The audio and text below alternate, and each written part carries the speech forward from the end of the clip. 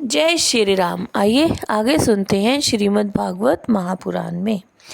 सौम्य अपने पिता श्री कृष्ण के समान समस्त रथियों में अग्रण्य श्री कृष्ण तन्य नाम सकुशल तो है ना। ये पहले पार्वती जी के द्वारा गर्भ में धारण किए हुए स्वामी कार्तिक हैं। अनेकों व्रत करके जामवती जी ने इन्हें जन्म दिया था, जिन्होंने अर्जुन से रहस्य युक्त धनुर्विद्या की भिक्षा पाई है। वो सात्विकी तो कुशल पूर्वक है ना। वे भगवान श्री कृष्ण की सेवा से अनायासी वो जनों की उस महान विभूति पर पहुंच गए हैं जो बड़े बड़े योगियों को भी दुर्लभ है। भगवान के शरणागत निर्मल भक्त बुद्धिमान अक्रूर जी भी प्रसन्न है न। श्री कृष्ण के चरण चिन्हों से अंकित वज्र के मार्ग की रज में प्रेम से अधीर होकर लौटने लगे थे। भोजवंश देव की पुत्री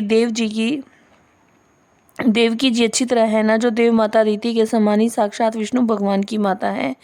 जैसे वेदेत्री यज्ञ विस्तार रूप अर्थ को अपने मंत्रों में धारण किए रहती है, उसी प्रकार उन्होंने भगवान श्री कृष्ण को अपने गर्भ में धारण किया था। आप भक्तजनों की कामनाएं पूर्ण करने वाले भगवान अनिरुद्ध जी सुखपूर्वक है ना, जिन्होंने शास्त्र वेदों के आदि कारण और अंत्य कारण चतुष्टय के चौथे अंश मन के अधिष्ठाता बतलाते हैं। सौम्य स्वभाव उद्धव जी अपने हृदयेश्वर भगवान श्री कृष्ण का अनन्य भाव से अनुसरण करने वाले जो ऋदिक सत्य भामानंद चारु देशण और गद आदि अन्य भगवान के पुत्र हैं, वे सब भी कुशल पूर्वक है ना।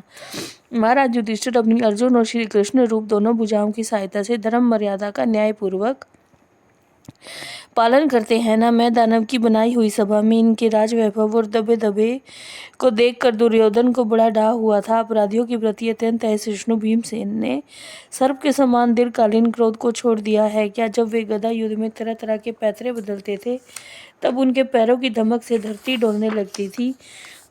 जिनके बाणों के जाल से छिपकर किरात वेशधारी अतएव किसी के पहचानने में न आने वाले भगवान शंकर प्रसन्न हो गए थे। वे रथी और युद्धपतियों का सुयश बढ़ाने वाले गांडीवधारी अर्जुन तो प्रसन्न है ना। अब तो उनके सभी शत्रु शांत हो चुके होंगे। पलक जिस प्रकार नेत्रों की रक्षा करते हैं, उसी प्रकार कुंती के पुत्र युधिष्ठिर आदि जिनकी सर्वदा संभाल रखते हैं, और कुंती ने ही जिनका लालन पालन किया है, वे माद्री के यमराज पुत्र नकुल सहदेव कुशल से तो है ना। उन्होंने युद्ध में शत्रु से अपना राज्य उसी प्रकार छीन लिया जैसे दो गरुड़ इंद्र के मुख से अमृत निकाल लाए। अहो बेचारी कुंती तो राजऋषि श्रेष्ठ पांडु के वियोग में मृत प्रायसी होकर बिन बालकों के लिए ही प्राण धारण किए हुए है। रथियों में श्रेष्ठ महाराज पांडु ऐसे अनुपम वीर थे, उन्होंने केवल एक धनुष लेकर ही अकेले चारों दिशाओं को जीत लिया था। सौम्य स्वभाव उद्धव जी, मुझे तो अधपतन की ओर जाने वाले उन धृतराष्ट्र के लिए बार बार शोक होता है, जिन्होंने पांडवों के रूप में अपने परलोकवासी भाई